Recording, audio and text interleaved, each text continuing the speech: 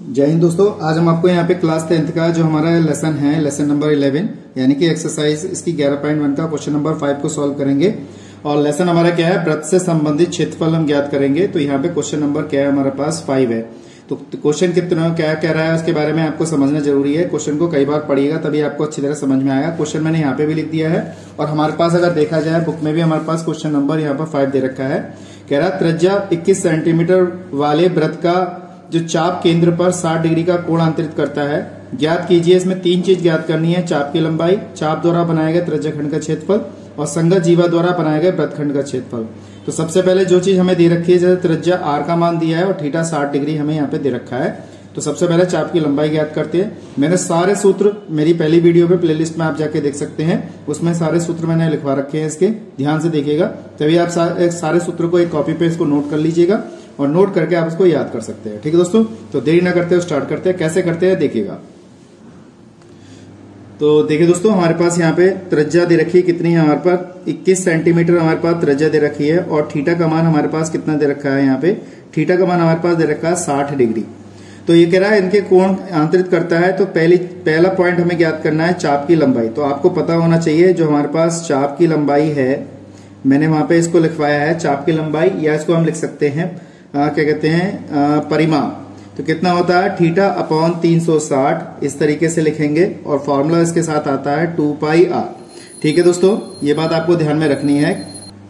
और देखिए यहाँ पे लगा देंगे। अब जब इसकी वैल्यू लगाएंगे हम, थीटा की वैल्यू हमें दे रखी है 60 डिग्री और यहाँ पे 360 मल्टीप्लाई 2 पाई, पाई का मान 22/7 लगा दीजिए और आर का मान कितना दे रखा है, 21 दे रखा है यहाँ पर। ठीक है, तो 0 0 कैंसिल और 6 एकम 6, 6 6 36 हो जाएगा, 7 तिया 21 हो जाएगा यहाँ पर, 2 एकम 2, 2 तिया 6 और 3 से 3 हमारा यहाँ पे कैंसिल, तो ओनली 22 बचा। तो यहाँ पे हमारे पास चाप की लंबाई कितनी आ गई, 22 सेंटीमीटर हमारे पास चाप की लंबाई। तो हमने एक आंसर यहाँ पे हमने ज्ञात कर लिया।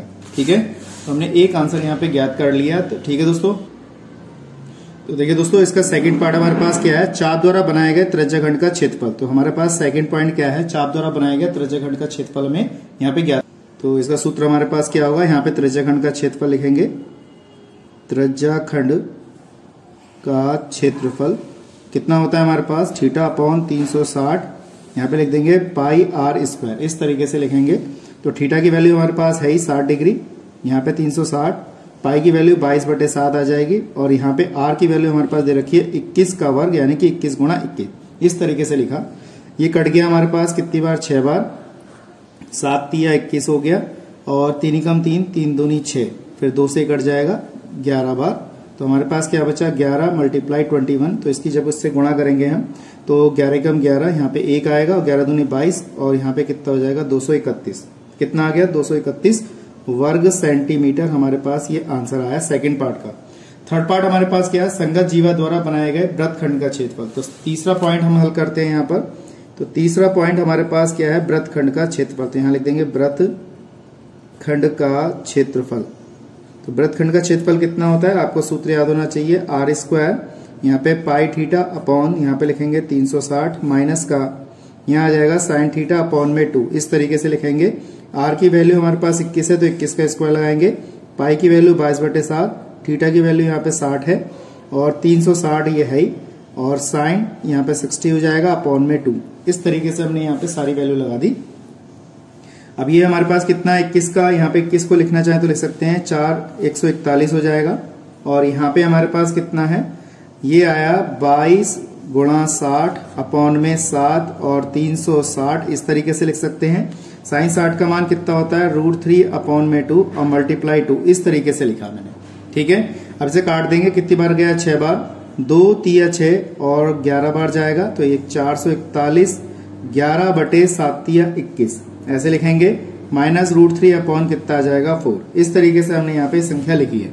ठीक है, अब हमारे पास कितना अंदर मल्टीप्लाई कर दो, 441 गुणा 11 अपॉन में 21 माइनस के √3 मल्टीप्लाई 441 अपॉन में 4, इस तरीके से मैंने संख्या लिखी है। अब हमने क्या करना है, इसको इससे काट देना है, ये कट जाएगा 21 बार और 21 की गुणा 11 से करेंगे तो 231 माइनस, ठीक है दोस्तों, 231 माइनस इतना हो जाएगा। और इतना लिखने के बाद हमने क्या करना है, आप चाहें तो यहाँ पर √3 की वैल्यू लगा सकते हैं। तो √3 की वैल्यू 1.732 होती है, मल्टीप्लाई 441 अपॉन में कितना 4 इतना हो जाएगा। और 231 अगर आपको नहीं पता तो आप यहाँ पे भी इसका आंसर छोड़ सकते हैं, ठीक है।